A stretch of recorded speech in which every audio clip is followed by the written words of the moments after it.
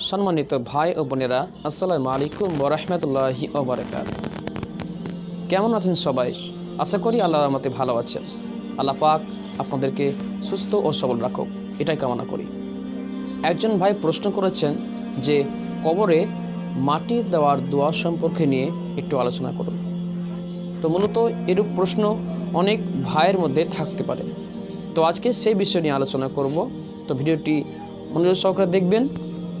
আর যদি আপনি আমাদের এই চ্যানেলে প্রথমবার এসে থাকেন, যদি মনে হয় যে আমাদের এই চ্যানেল আপনার উপকার করতে পারবে, তাহলে আমাদের এই চ্যানেলটিকে সাবস্ক্রাইব করবেন এবং দিনই স্বার্থে, দিনই নেকির উদ্দেশ্যে ভিডিওগুলোকে বেশি বেশি করে শেয়ার করবেন।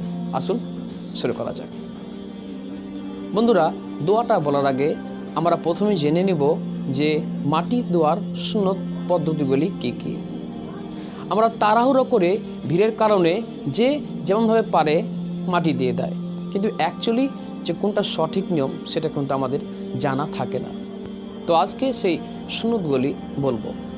মাটি 3 খাবল দিতে হয় এবং 3 খাবল দেওয়ার নিয়ম হলো, আপনি প্রথম খাবল মাটি নেবেন। মাটি নেওয়ার পর প্রথমে মাথার দিক থেকে শুরু করবেন, তারপরে দ্বিতীয় খাবল মাটি নেবেন, মিডিলে দিবেন অর্থাৎ বুকের আশেপাশে। তারপরে তৃতীয়বার যখন মাটি নেবেন তখন পায়ের দিকে আসবে, এটা থেমে থেমে। আর যদি মনে করেন ভিড়ের কারণে কেমন হয়, ধাক্কা ধুক্কে লাগার কারণে সেভাবে মাটি দেওয়া হয় না, যদি ভিড় হয় তাহলে আপনাকে মাটি দেওয়ার সময় সেই মাটিটাকে মাথার দিক থেকে নিয়ে পায়ের পর্যন্ত 3 বার আপনাকে কমপ্লিট করতে হবে। এবার আসছি দোয়া সম্পর্কে। বন্ধুরা, আমি এই দোয়ার বাংলা উচ্চারণ মোবাইলে স্ক্রিনে দিয়ে দেব। আমি প্রত্যেকটি সেন্টেন্স মানে বাক্যগুলো 3 বার করে বলবো। বেশি বার বললে হয়তো আপনারা বিরক্ত বোধ করবেন। আপনারা চাইলে ভিডিওটি দ্বিতীয় তৃতীয় বার দেখে মুখস্থ করে নিতে পারেন। দেখুন সেই দোয়াটি, বলুন মিনহা খলাকনাকুম। আরেকবার, মিনহা খলাকনাকুম। আরেকবার, মিনহা খলাকনাকুম।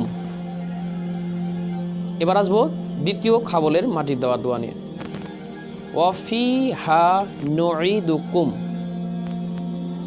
ওয়াফিহা নুঈদুকুম। আরেকবার, ওয়াফিহা নুঈদুকুম।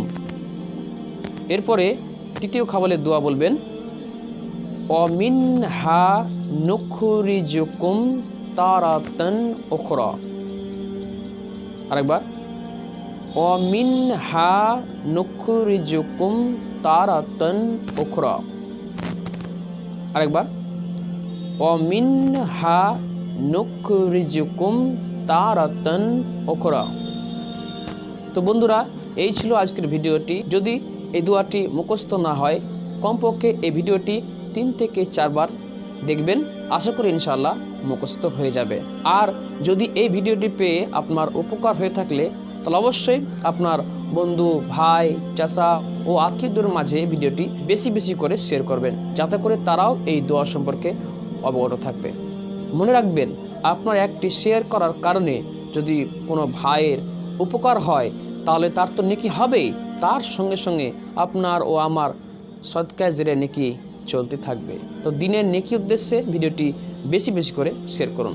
আজকে এখান থেকে সকলে ভালো থাকবেন। আসসালামু আলাইকুম ওয়া রাহমাতুল্লাহি ওয়া বারাকাতুহু। আল্লাহ হাফেজ।